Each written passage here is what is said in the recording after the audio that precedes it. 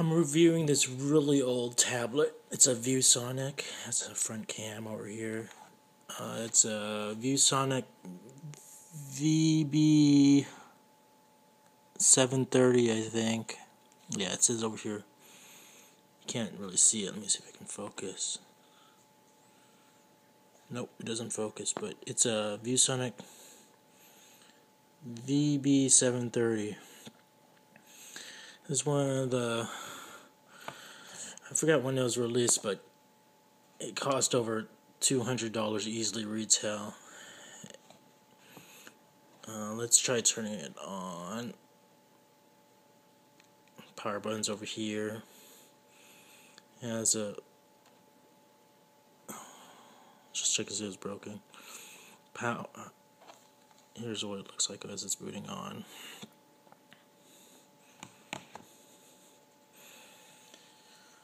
It has a 1 gigahertz or 1.2 gigahertz processor, 512 megabytes of RAM. I use a proprietary AC adapter. You can't use the micro SD to charge it. What else about this? I had to root that's my laundry. I rooted the tablet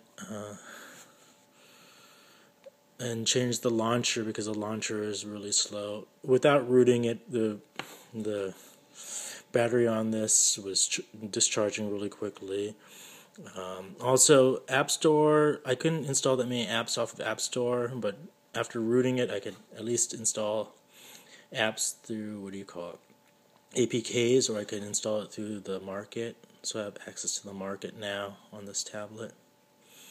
Rooting it wasn't too hard, but it's just the instructions were sometimes kind of vague. It's still helpful that people wrote it up. It's just I'm still a little confused how I did it.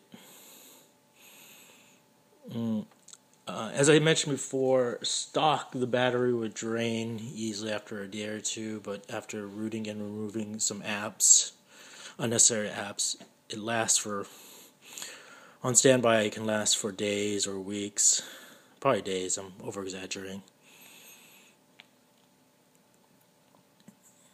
So before I go over into trying some games,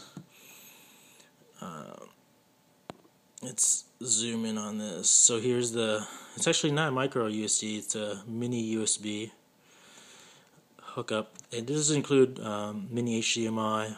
Here's the power where you'd insert the AC adapter and the power button. Oh, actually this is the AC adapter,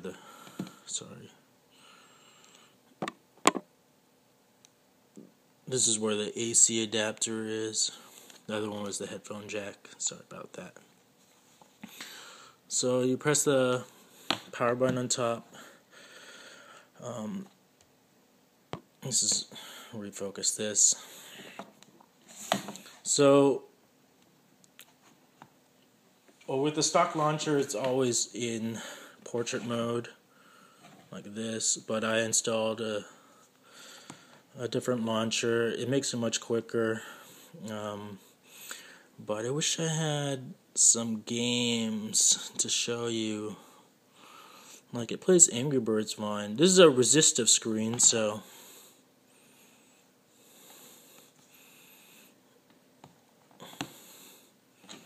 let me see if I can turn up the volume too. Volume buttons are over here.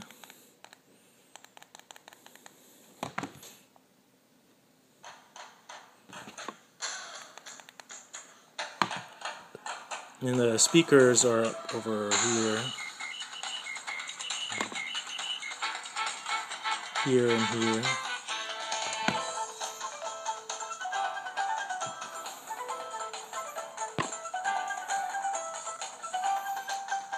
In terms of playing most games that are popular games, they run fine. It slows down from time to time.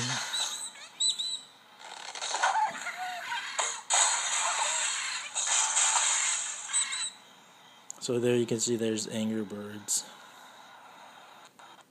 If I had Fruit Ninja on here, I uninstalled it, but the equivalent is Fruit Slice. It would slow down for me using Fruit Ninja. You just get choppy and stuff. I tried doing different things, but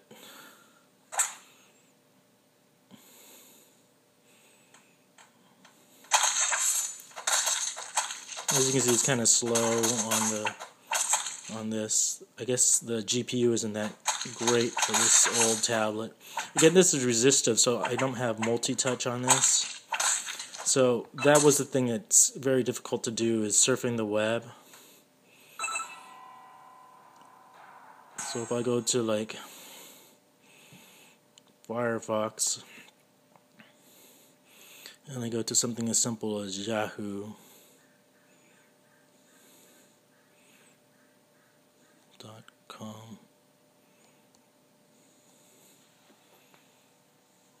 as you can see, web surfing is kind of slow.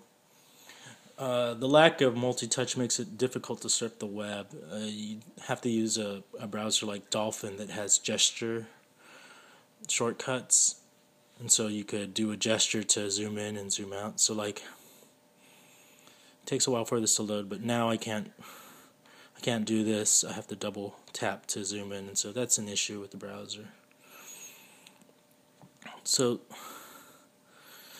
if you happen to run across this tablet, I'd probably say look for a multi-touch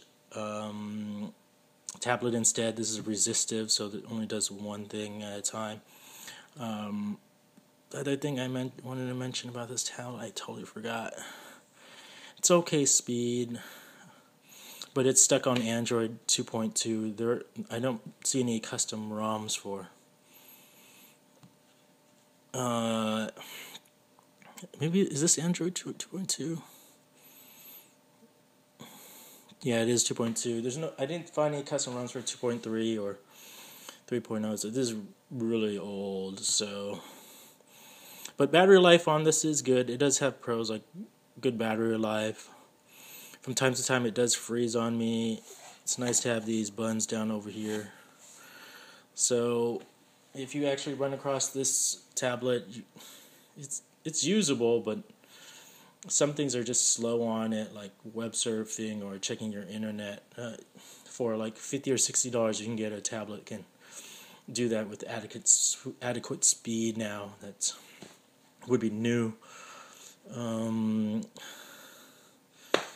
so the second part of my review would be with using this with the PlayStation Bluetooth remote controller and paired using the Sixaxis app.